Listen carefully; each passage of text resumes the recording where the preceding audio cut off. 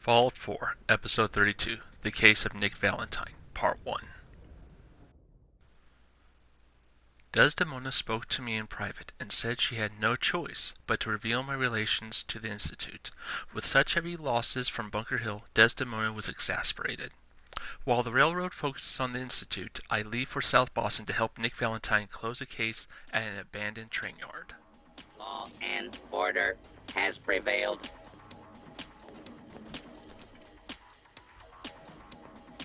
The object you are holding appears to Look be alive. a fire I'll see what I can do. Please Nick. dispose Hey. of it. Let me ask you something. You know what? You can ask me anything, Nick.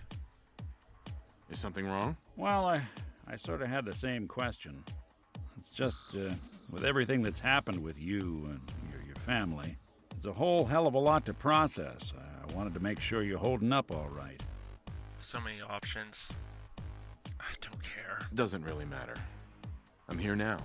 I've just got to deal with that. Good attitude to have. Not the way I felt. Took me a long damn time to get a feel for this place. Thank goodness I found Diamond City. It's got its flaws, sure, but it beats the hell out of anywhere else in the Commonwealth. Of course, when I took up there back when, people were just as scared of the Institute as they are now. Maybe more. The massacre of the CPG was still pretty fresh in people's minds at that point. And folks were still losing sleep over the broken mask. But at the time, they couldn't exactly turn me away. I'll ask Nick about the broken mask after he tells me about the massacre. Massacre of the CPG? What's that? The Commonwealth Provisional Government. Years back, a group of settlements tried to get together and form a coalition. Every settlement with even a hint of clout sent representatives to try and hash out an agreement. Only the Institute sent a representative of their own, a synth. The man killed every rep at the talks. The Commonwealth Provisional Government was over before it even got off the ground. I took up in town not long after. I was damn lucky they didn't just tell me to scram right then and there. I hope Broken Mask's better. Broken mask? This was long before I'd moved to town, but apparently some gentleman type shows up in Diamond City, heads down to Power Noodles. Guess he didn't like the food because he pulled his pistol and opened fire on the folks enjoying theirs. When security finally put enough holes in him to drop him, they say he was full of servos and sprockets, just like yours truly. Seems he malfunctioned, went berserk. It was the first time people realized that synths had stopped looking like me and started looking like them. Considering what these folks went through, I felt real lucky they let me in the front gate at all. Why'd they let you in? Because I'd rescued the mayor's daughter. Gal of about 15. Pride and joy of the mayor back then. Man by the name of Henry Roberts.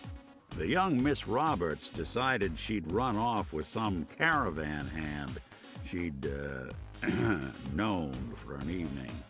Turns out the guy was part of a gang of kidnappers. Didn't know who I was rescuing, just stumbled on a crying girl and 4 toughs. I took her home and the mayor dubbed me a hero, offered me a place in town. Lots of folks protested and said I was a spy, but he wouldn't have it. Taking up in the city was tricky at first, but I never tried to hide what I was, and people seemed to warm to that. That's good for you, Nick. Real good. Always be honest. Was it hard settling in? Well, they sure didn't make it easy. I started off doing the jobs no one else wanted. I got more banged up being Diamond City's handyman than I ever did living out in the ruins. But I guess folks never forgot I rescued the mayor's daughter, so they started coming to me when people went missing. Wife runs off with a new paramour and takes the rent money with her. Talk to the synth. An upset father decides moving him and the kids to Good Neighbor in the dead of night's not the worst damn idea since the bomb. Go get Nick. After a while, the jobs got so backed up, they didn't even ask me to do the handyman stuff anymore. Hell, I was so happy to do it, it was months before I started charging anyone. I never stopped being Nick the Synth, but it was Nick the Detective folks came to see. It was about then that things finally started feeling normal. It took me a long time to realize that home is where you make it. And with some time and effort, this place can be home for you, too. That's a long story, but I hope it helps. Want to get moving?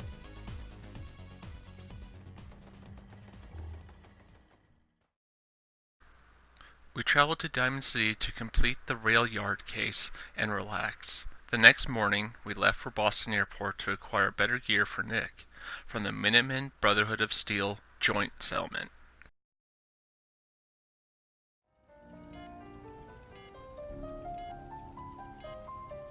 Okay. We've just been traveling a while now, and I figure there hasn't exactly been equitable distribution of information. I've gotten a decent glimpse into your dirty laundry, but you still don't really know a whole heck of a lot about me. I figured I'd offer to balance the board. So, is there anything you want to know? Why can't I trade you better clothes? What's with the outfit? After I started the agency, it just seemed like the sort of thing a detective ought to wear.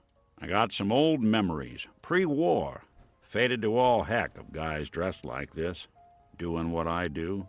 Putting on the hat and trench coat, I figured it'd let folks know I was serious about the whole thing. Clothes make the man and all that. Guess I felt they made me the man I wanted to be. I'll accept that, but what about your time in the Institute? What do you remember about the Institute? It's all pretty hazy from back then, but now and then I get glimpses. Life inside the Institute, they keep you isolated. A single test chamber was my whole world for years, and someone was always watching. Then one day you wake up on the other side, and that's it. They've cut you loose. Welcome to the brave new world, with such people in it. That's exactly how I came here. So who are you, Nick? That's a question I've been trying to figure out myself for a long damn time.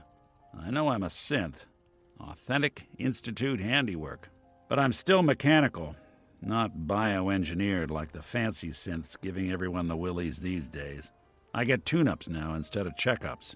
But my memories, my personality, they're all lifted from some cop who volunteered for an experiment back before the war. They scanned his brain and copied it onto the hardware that runs between my ears. Don't know why they chose to make a robot based on some pre-war cop instead of a math genius or a bioengineer. Hey, maybe that's why the Institute tossed me in the garbage instead of turning me into one of their people snatchers. Presenting Cursor Nick Valentine. Wait, from my time? Wait, the original Nick was from my time? Sure was. Which meant when I finally ended up out here, it was quite the rude awakening. I remember waking up one day in a garbage heap, a body in tatters and a head full of memories belonging to a man who'd been dead for 200 years. Suffice to say, it was a confusing couple of weeks. Folks didn't really know much about synths back then, so when I finally ran into people, they mostly treated me with caution rather than hostility. But the kids, they weren't afraid. I think his name was Jim. The first person to actually speak to me after I got the boot from the Institute. My first human contact in this world. Grilled me for an hour. Once they'd seen I wasn't going to hurt anyone, the other folks in the neighborhood came out to ogle the mechanical man. It eventually turned into a pretty swell soiree. A local mechanic even gave me a once-over, free of charge. Those people, they treated me like a human being. I've been trying to return the favor ever since. It's a surprisingly rare trait out here sometimes. And it's something I've noticed you got a fondness for. Part of the reason I've stuck around this long. It's true, not many times I've come across people being nice. But I wonder, has he ever been back to his town? Where's that town? We should go visit. I tried to go back and say thanks, once I'd gotten myself established. But the place was wiped off the map. Raiders. Don't know what happened to the people. If you're good to people, they'll be good back. That's something I've always believed. Couldn't agree more. Well, I expect you're about as bored as can be listening to me rattle my skeletons. We should probably head out. With a new legendary sidearm, a pipe revolver of all things, Nick and I had traveled to Kingsport Lighthouse for a kidnapping by the Children of Adam cult. Apparently seeking retribution from losing many acolytes and a glowing one, we arrive just in time to see the Kingsport community take out the occultists at Crater House.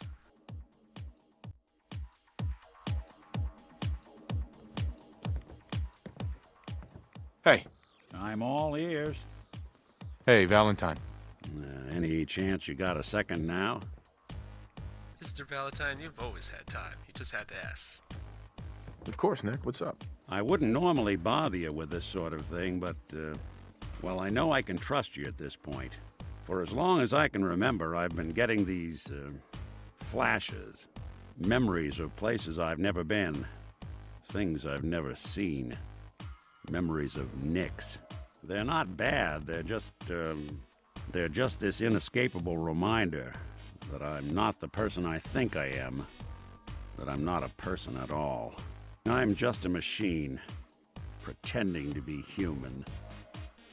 Nick, you are human. These are just past memories. You're almost immortal. What kind of memories? Everything. Old cases, old loves. I found myself running background on cases only to realize everyone involved's been dead for 200 years. Don't get me wrong, I know I'm in Nick's debt. These memories, they've kept me alive. Nick was a hell of a cop. A guy with good instincts and a good heart. I always counted myself lucky they didn't load me up with some ex-con, or whatever type might volunteer to let folks tinker with their gray matter. But it's thanks to Nick that I pass for human. Why I get to live cushy in Diamond City, and every other synth is shot on sight. I know I got it good, but my entire life I owe to Nick. Everything that makes me who I am. My judgment, my speech, hell, even my name. They're his. And I can't do a damn thing about it, because without them, I'm nothing. A shell. All I want is a life where I have something I can call my own. The last Nick was a cop. You are a detective. You have an agency. You have a secretary. You've already built a life for yourself, Nick. You've got the agency, a home, friends. Yeah, I mean, you're not wrong. You know, I'm just gonna need some time to think on this. I appreciate you hearing me out. You're a real good friend. Thanks. Nick, you and me are great friends. Really great friends. I just wish I could change that outfit. It's been bothering me ever since we left Boston Airport. I want to give you something good to tell you what our friendship means. Hearing Nick explain his problems openly like that made me think of my own issues of identity. On our way back to Diamond City, we arrived at a rummaged old fishing shack to rest up. While looking around to cook some mirelurks, Nick wanted to tell me a story. One straight out of the archives. Once upon a time, in the land of Boston, there lived a king of organized crime, Eddie Winter. He was a bad man who did a lot of bad things, hurt a lot of innocent people. But he knew the end was coming, so he sealed himself inside a personal shelter, located underneath a sub-shop he used as a headquarters. We can joke around with each other. We're friends. An evil king in a sub shop? Does a meatball monster show up at some point? Yeah, from what I've heard, the pastrami golem is the one you really have to watch out for. Anyway, if you're done being a wise ass, the story gets even more twisted. The arrogant bastard wanted to cheat death, live forever, so he could come out of that shelter someday into this brave new world. Sound familiar? Only Eddie didn't want to be a frozen banana. No cryo sleep for him, no. He invested his money in some sick, crazy radiation experiment. Ghoulification? Nick, you can't be saying what I think you're saying. Oh, I'm saying it all right. Eddie Winter went and turned himself into a ghoul 200 years before it was fashionable. Hell, he was probably the first one. And I'm convinced that he's still locked inside that shelter. Safe and sound. ready to come out and begin his evil reign all over again. I'm gonna find him and kill him, so that never happens. You in? I don't get it, Nick. Why kill Eddie Winter, even if he is still alive? This sounds like some kind of vendetta. I've got memories. The girl. My girl. They're not really my memories, I know that. They're Nick's. The girl, she was real. She was beautiful and innocent, and Winter killed her. Now he's got to pay the price. So, knowing that, you in? After hearing that, I am. All right, Nick. Let's get the bad guy. You're a good man. Now, I know where Winter's vault is, but the door is sealed with a complex numerical code. Lucky for us, Winter's arrogance knew no bounds. Back in the day, he recorded 10 holotapes, incriminating different criminal associates. On each one, he hit a single number. We find all of those holotapes, we get all the numbers. We get all the numbers, we get the code. And then we get Winter. My gut tells me the Boston police evidence terminals are the key to cracking this one. Probably worth paying a visit to any of the departments you might have stumbled across. I think I have some of those holotapes in my Pip-Boy.